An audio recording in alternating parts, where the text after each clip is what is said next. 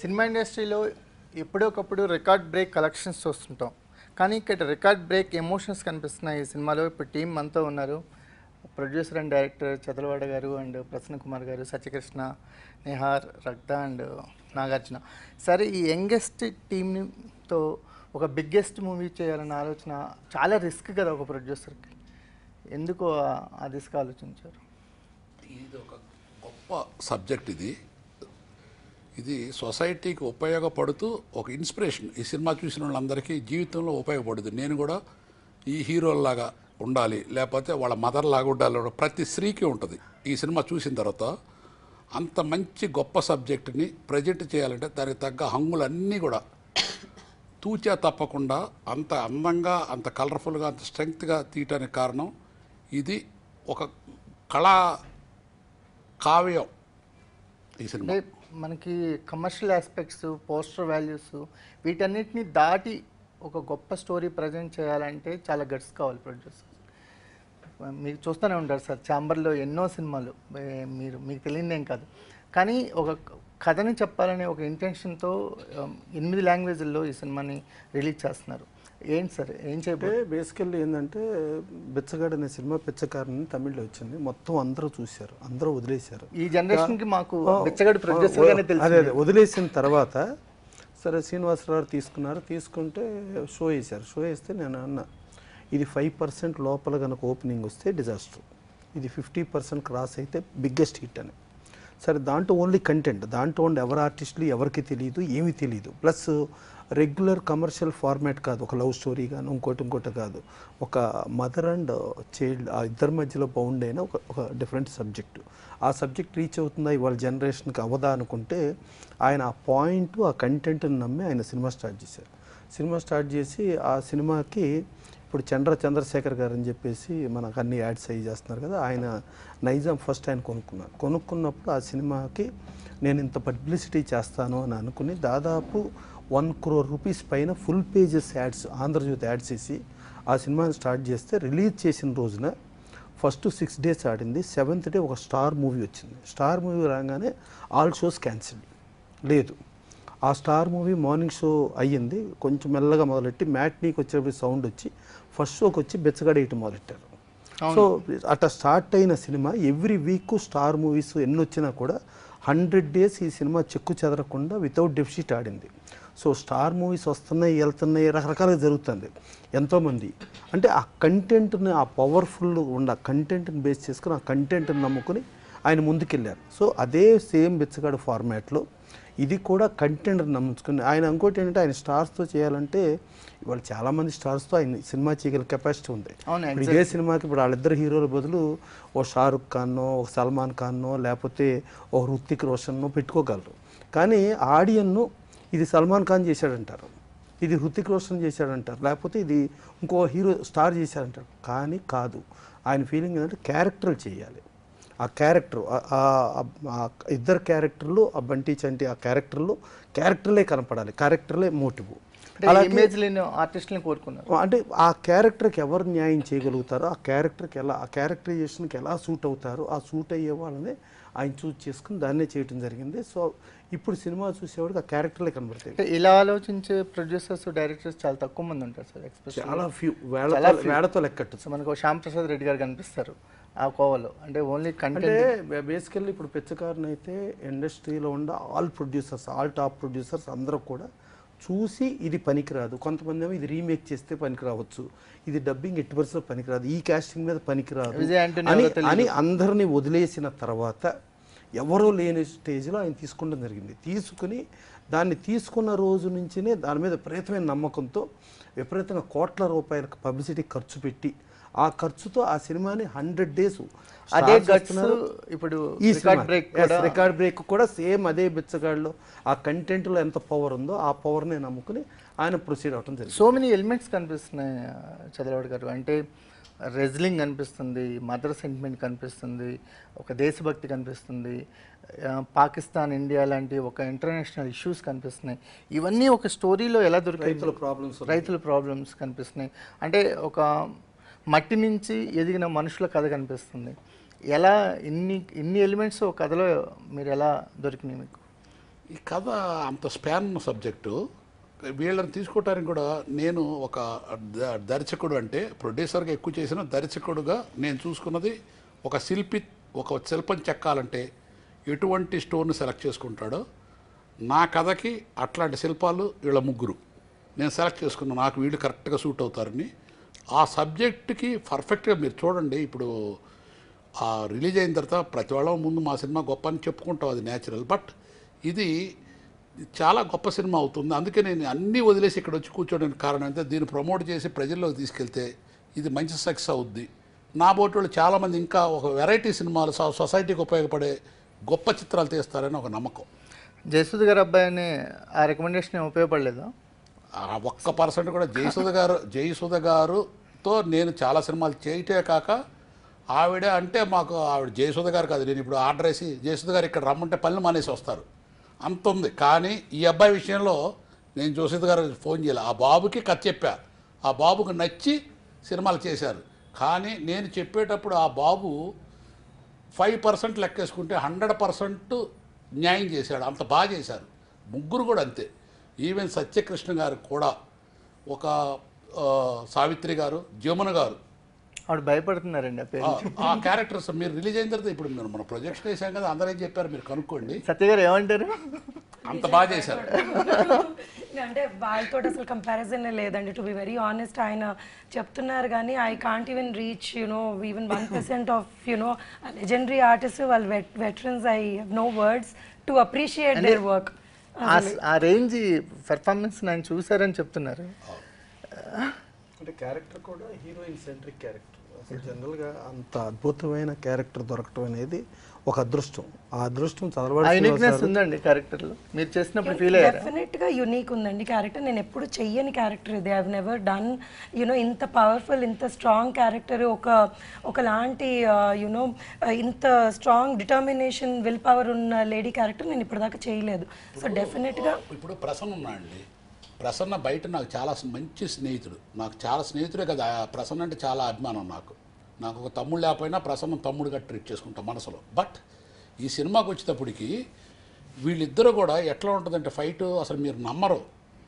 ప్రసన్నని మీరు అసలు నమ్మరు. ఈ అమ్మాయి అంటే ఇంకా ఆయన విలన్ చేశారా ఈ సినిమాలో? దుర్మార్గుడు విలన్ చేశారు. మీరు చూడండి, ఎందుకు తమ్ముడిని విలన్ చేస్తారా సార్? ఇది మంచి క్యారెక్టర్ వచ్చుగా. తమ్ముడైన ఎన్టీ రామారావు గారినైనా చేస్తాను నేను. ఆ క్యారెక్టర్కి ఆయన ఎట్లా సూట్ అవుతాడో. ఆయన బడిపంతులు ఎందుకు చేశారు రామారావు చెప్పండి? అంత యంగేజ్లో వాళ్ళు ఆర్టిస్టులు. ఎలా చూసారు సార్? బాగా క్లోజ్ ఈయన రామారావు గారు ఆయన భక్తుడు సార్, క్లోజ్ అని అన్ని డివోటీ ఆఫ్ ఎన్టీ రామారావు గారు. వీళ్ళిద్దరికి కూడా మీరు చూడండి తక్కువ పోరు ఉంటుంది. ఎలా ఎక్స్పీరియన్స్ ఎలా ఉంది ప్రసన్న కుమార్ గారు? చాలా దారుణంగా ఉంది. చాలా దారుణం, చాలా హింసాత్మకం. సరిపోయిందా నేను చెప్పింది ధర్మమేనా? అంటే ఈవిడేమో అసలు అదేదో ఏంటి ఆ పిల్లి కోన అంటే పిల్లులు బల్లులు కాదురా అది ఇదని వాయి తీసేస్తుంది ఈవిడ. ఇక ఈవిడేమో తల్లి క్యారెక్టర్. నీలాంటి పిచ్చి కుక్క కాదురా. ఈవిడేమో ఇది ఈవిడ గొడవ. సరే ఇక ఆవిడ దగ్గరికి వెళ్తే సరే కూతురే కదా అని అనుకుంటే ఆవిడేమో వెంట్రుకు పీకుద్ది. ఏంటి అసలు అదే కాగా బాగా తెలిసి పీకింది వెంట్రుక. నాకు అదేదో నువ్వంటే నాకు వెంట్రుకతో సమానం అన్నట్టు. అది మళ్ళా మన క్యారెక్టర్కి ఇదేంటంటే అసలు మనం మాఫియాలకు ఎగెనిస్ట్ లేకపోతే ఎవరైనా ఇబ్బందులు పడుతున్న వాళ్ళకి పాజిటివ్గా మనం ఉంటాం.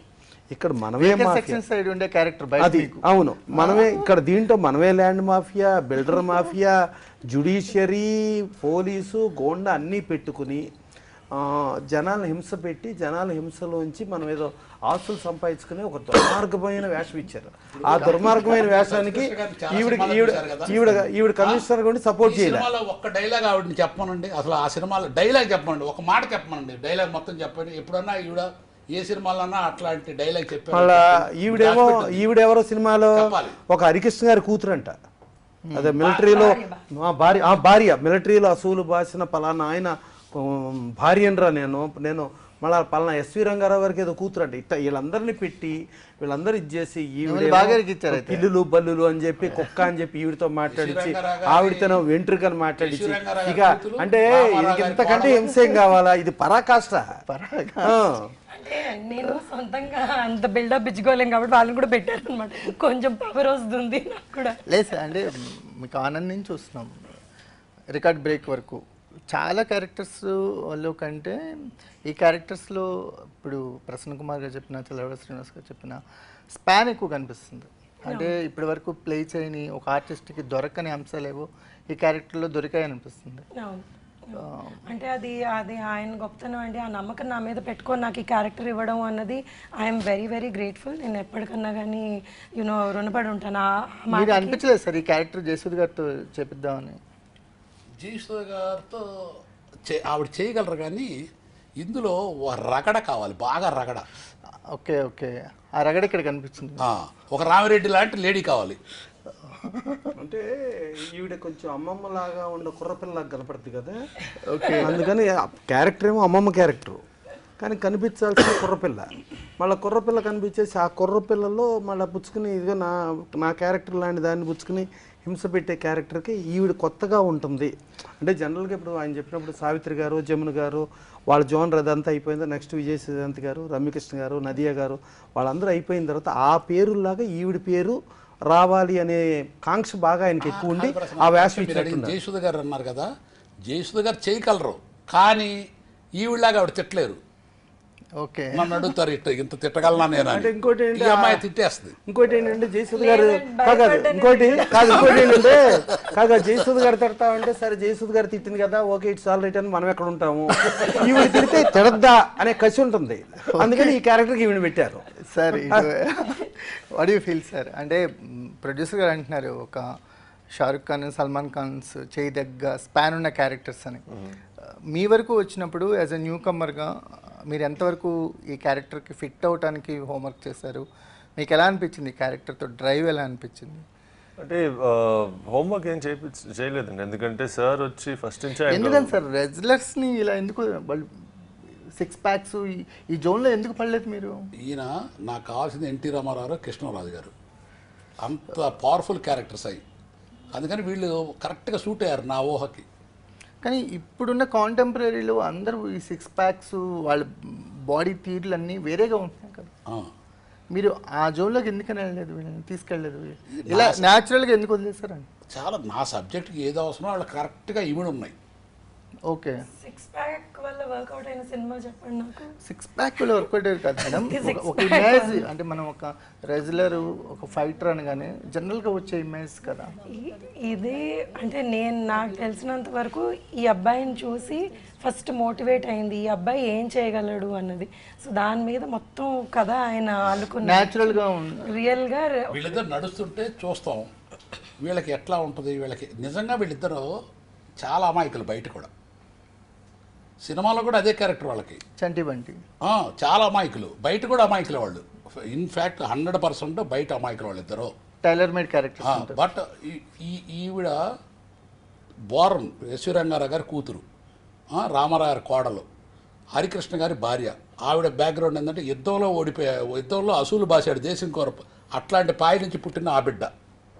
వాళ్ళని ఇద్దరిని చేరదీసి ఏ స్టేజ్కి తీసుకెళ్ళింది. ఇట్స్ మోస్ట్ ఇంపార్టెంట్ క్యారెక్టర్ అంటారు రక్త. అసలు వీళ్ళిద్దరు వాళ్ళిద్దరు కంటే కూడా ఆవిడ వయసు చిన్నది, కానీ వాళ్ళిద్దరికి ఆవిడ తల్లి. అది ఎలా జరిగింది ఎమోషనల్గా అది. ఓకే, ఎలా అనిపించింది క్యారెక్టర్తో డ్రైవ్? ఎలా అనిపించింది మీకు? చాలా బాగుంది. అంటే ఫస్ట్ నేను క్యారెక్టర్ యూనిక్నెస్ వల్లే ఒప్పుకున్నాను. అంటే మాకు స్టీరియో టైప్గా మరి విలన్ క్యారెక్టర్స్ ఇలాంటి నెగిటివ్ క్యారెక్టర్స్ వస్తుంది, లీడ్ని కాదు, కానీ ఇలాంటి క్యారెక్టరైజేషన్ యూనిక్నెస్ మళ్ళీ ఒక జనరేషన్కి ఒకసారి వస్తుంది ఇలాంటి సబ్జెక్ట్స్ అని ఆలోచించి యాక్సెప్ట్ చేశాను. అంటే జనరల్గా ఇండస్ట్రీలో నెపోటిజం అంటుంటారు, అలా అనే వాళ్ళకి you are the best example. 37 years old.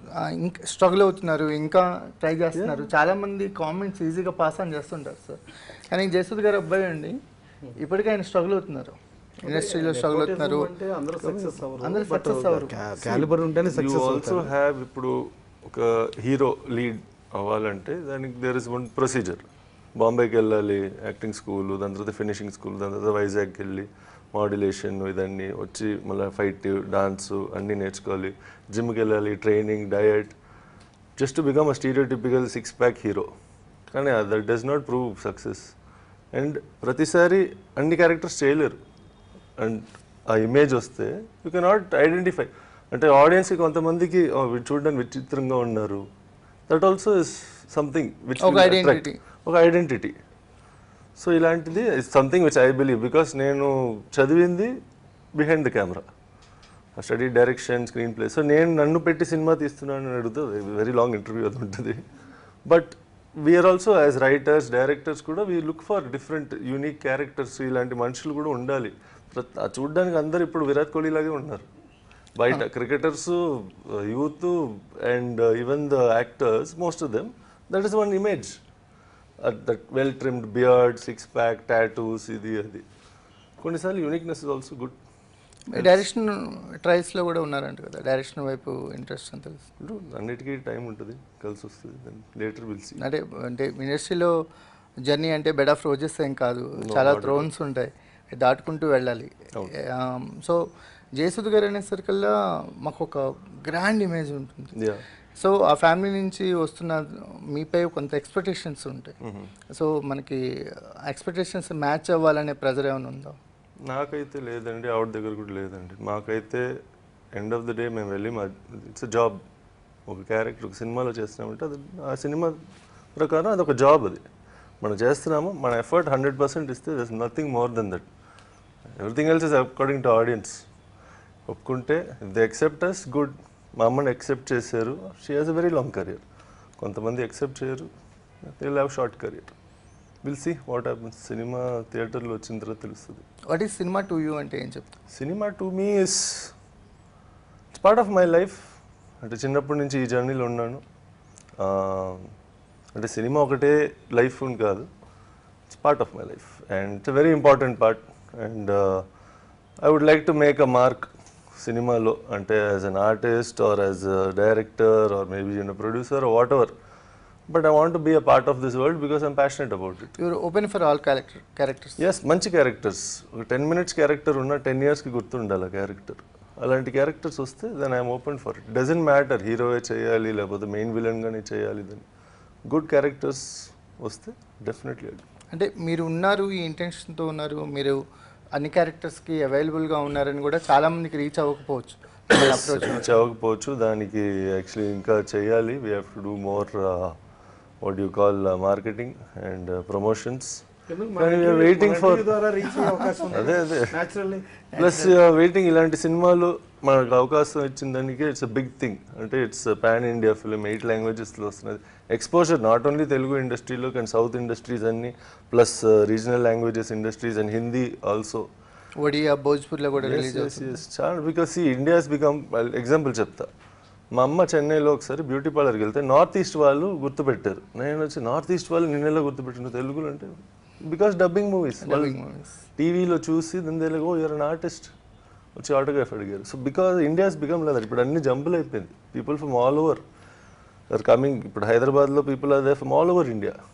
So అలాంటిది ఒక సినిమా ఇలాంటి ఎక్స్పోజర్ ఇస్తే we can become stars anywhere, not only in Telugu industry.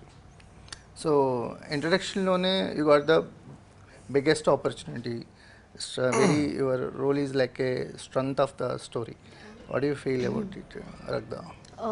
First of all, I'm thankful to Sir because it's a very important character and giving so much of responsibility on me, you know, and being my first movie as a debut movie. So all the credit and lot of thanks to him that he had that vision, that he saw the character of Bharti in me. And so it feels amazing because it's my first project, it's a debut for me, and being released in 8 languages with such a strong character, which is the core of the script if you watch the movie, and a lot to perform as an artist, you know, when you get such a strong script where you can prove yourself as an actor, where I'm not just being there or not glamorized or anything. It's more like completely acting oriented role for me. So that really meant a lot, and I was completely focused on the acting thing, that I have to give my 100% or more than 100%. I can't screw this up because there's a huge responsibility on me to do justice to the character. It was difficult, the language issue was there initially because I am, as you can see, like a English and Hindi speaking, so but not that difficult. It was an amazing experience. I had a beautiful team with me who had helped me a lot, been very supportive. Hyderabad had been like amazing experience for me.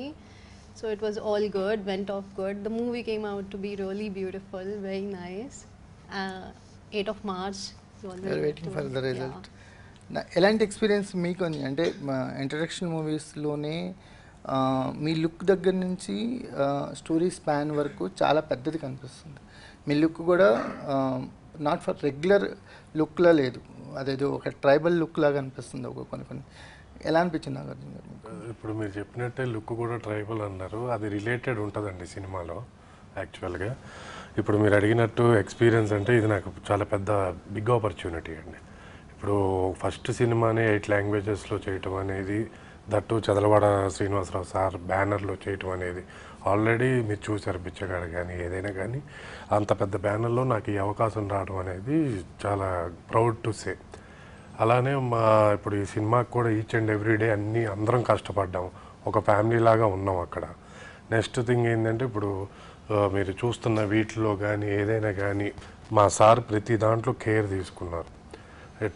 Time to time ఉండటం కానీ, ఏదైనా cloth కానీ లేదైనా ఏదైనా తలపాక చిన్న ఇదైనా అలా చిన్న ఇప్పుడు డైరెక్టర్లు ప్రొడ్యూసర్లు అంటే చాలా మట్టుకు అన్నీ ఇట్లా చెప్పి అట్లా చేసేస్తారు. ఈయన ఎట్లా కాదండి, ప్రతి దాంట్లో ఇన్వాల్వ్మెంట్. ఆయన ఇది ఈ సినిమా ఎంత బాగా సబ్జెక్టు, ఆయనకున్న ఇది ఇప్పుడు ఇందాక సార్ మాట్లాడిన దాంట్లో ఆయన ఏదైతే అనుకున్నారో ఆ స్క్రీన్ ప్లే మొత్తం అదే అక్కడ కనపడుతుందండి. ఇక్కడ నా పేరు నాగార్జున అవ్వచ్చు, నా పేరు నాగార్జున, అందులో చంటి మాత్రమే కనపడతాడు. అలా డిజైన్ చేసి ఎక్సలెంట్గా మమ్మల్ని అందరినీ మీరు చంటిగానే గుర్తుంటారులేండి నాగార్జున కంటే. అవునండి, ఆల్రెడీ నాగార్జున ఒకళ్ళు ఉన్నారు కాబట్టి మళ్ళీ చంటిగానే గుర్తుపెట్టుకుంటారు. అదేనండి, డైరెక్టర్ గారు మమ్మల్ని తీర్చి ఒక మార్గం, ఒక రోడ్డు మాకు వేశారు. ఆ రోడ్లోనే మేము అందరం జర్నీ చేసాం. రిలీజ్కి ముందే దాదాపు 5-6 షోస్ వేశారు కదా సార్, ఏంటో కాన్ఫిడెంట్? నమ్మకం. జనరల్గా చాలామంది భయపడతారు టాక్ ఎలా వచ్చిద్దో బయటికి వెళ్ళిపోద్దో అని. వరుసగా 5-6 షోస్ వేశారు. అదే ఇప్పుడు మేము పోయి చేస్తుంటే సినిమా చూసిన డైరెక్టర్ గారు ఒకళ్ళు వచ్చి చాలా గొప్పగా చెబుతున్నారు. నాకు ఆ సినిమా మీద నమ్మకం ఉంది. కొంచెం స్ప్రెడ్ ఇది యాక్చువల్గా ఇందులో ఒక సత్యకృష్ణ గారు తప్ప ఎవరు స్టార్స్ లేరు. ఇది జనంలోకి వెళ్ళాలంటే ఇండస్ట్రీ నుంచే బయటికి వెళ్ళాలి. ఇది ఒక మంచి గొప్ప చిత్రం, అందరు చూసిన వాళ్ళు వాళ్ళ ఒపీనియన్ బయట చెప్తారు. విజువల్ ఎఫెక్ట్స్ ఎక్కడ చూపించారు సార్? అంటే విజువల్ ఎఫెక్ట్స్ కూడా చాలా ఇంపార్టెంట్ రోల్ కనిపిస్తుంది. చాలా. విజువల్ ఎఫెక్ట్స్ మునీశ్వర్ గారని వాళ్ళు చేశారండి, చాలా బాగా చేశారు. వాళ్ళు యూఎస్ఏ రిటర్న్స్ చాలా బాగా చేశారు.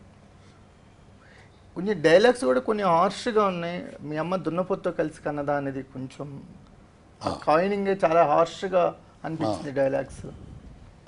సినిమా అంత హార్ష్గా ఉండబట్టే ఎక్కడ మామూలుగా కొట్టాలి చెంపల దెబ్బ మీద, నాకు ఆ పిల్లని కొట్టబుద్ధి కారీలా.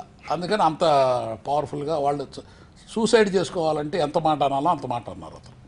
ఓకే, సో అంటే చాలా రేర్గా వింటుంటాం అలాంటి. అదే మరి ముందు డైలాగ్ మీకు తెలియదు కదా, పొద్దున్న లేచిన దగ్గర నుంచి 10 ఏళ్ల నుంచి మీరు దరిద్రులారా మీరే కనపడుతున్నారు మొహానికి, మీ దరిద్రం మాకు పట్టుద్ది అని అంటారు. అంత మాట ఇరిటేషన్. సమాజంలో అనాథల్ని ఎలా ఎలా ట్రీట్ treat చేసి చేస్తారు? ఎంత ఒక్క హారిబుల్గా వర్డ్తో అది ఎంత హారిబుల్గా చేస్తున్నారనేది చెప్పడం ఒకటి. ప్లస్ ఏమో బేసికల్లీ ఒక కోటీశ్వరరాలకు పుట్టిన బిడ్డలు వీళ్ళు బిడ్డలు ఆ కోటీశ్వరాలకు పుట్టిన వాళ్ళు ఎట్టా అనాథలయ్యారు, అనాథలయ్యి వీళ్ళు శ్మశానంలో ఎలా పెరిగారు అందుకుంటూ వీళ్ళకి శివుడు ఆశీస్సులు ఎలా ఉన్నాయి, శివుడు ఆశీస్సుల నుంచి వీళ్ళు ఇందాక చెప్పారు కదా గిరిపుత్రుల రేంజ్లో, అక్కడి నుంచి వీళ్ళల్లో ఒక శక్తి ఉండి ఆ శక్తిని టెక్నిక్తో తీసుకొస్తే ప్రతి భారతీయుడి కోరిక ఏంటి, పాకిస్తాన్ని కొట్టాలి, చైనాని కొట్టాలి. పాకిస్తాన్ని చైనాని రెజ్లింగ్లో కొట్టడం అనేది ఒక హిస్టరీ. ఆ హిస్టరీని రికార్డ్ బ్రేక్లో చేసి పాకిస్తాన్ని చైనాని కొట్టి వీళ్ళు ఎలా విన్నర్స్ అయ్యారు అనేది కాన్సెప్ట్.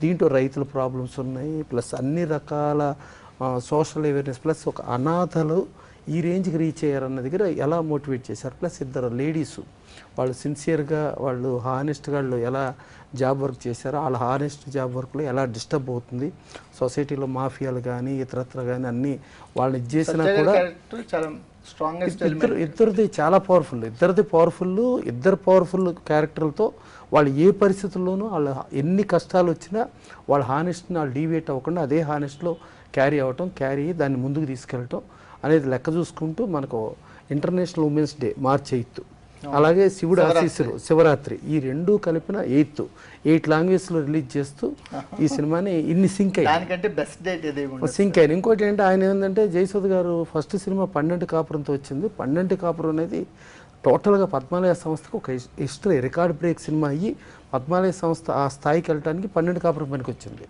సో అలాగే 12 కాపురం అదే జయసుధ గారితో ఆయన హెడ్ కానిస్టేబుల్ ఎంటరామి ఫస్ట్ సినిమా హీరోయిన్గా చేశారు. ఇప్పుడు వాళ్ళ అబ్బాయితో ఈ సినిమా చేశారు.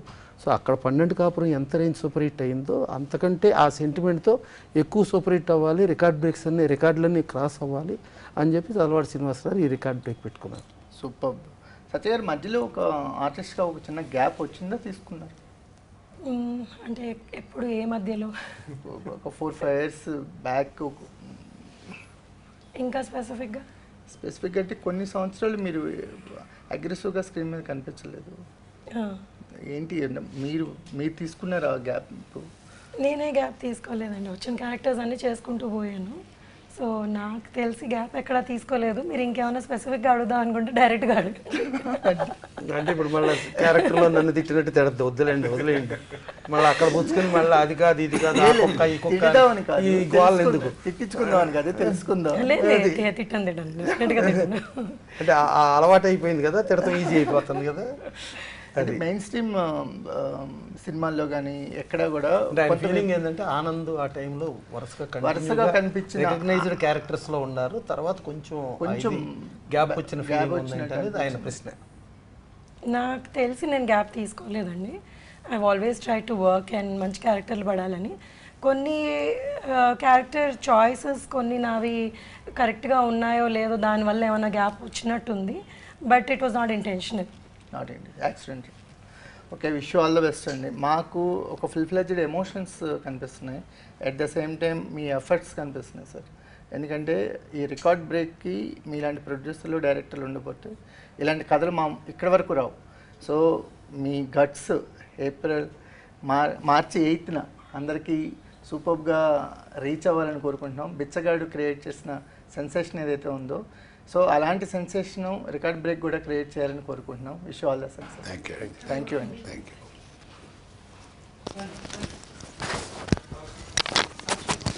నెక్స్ట్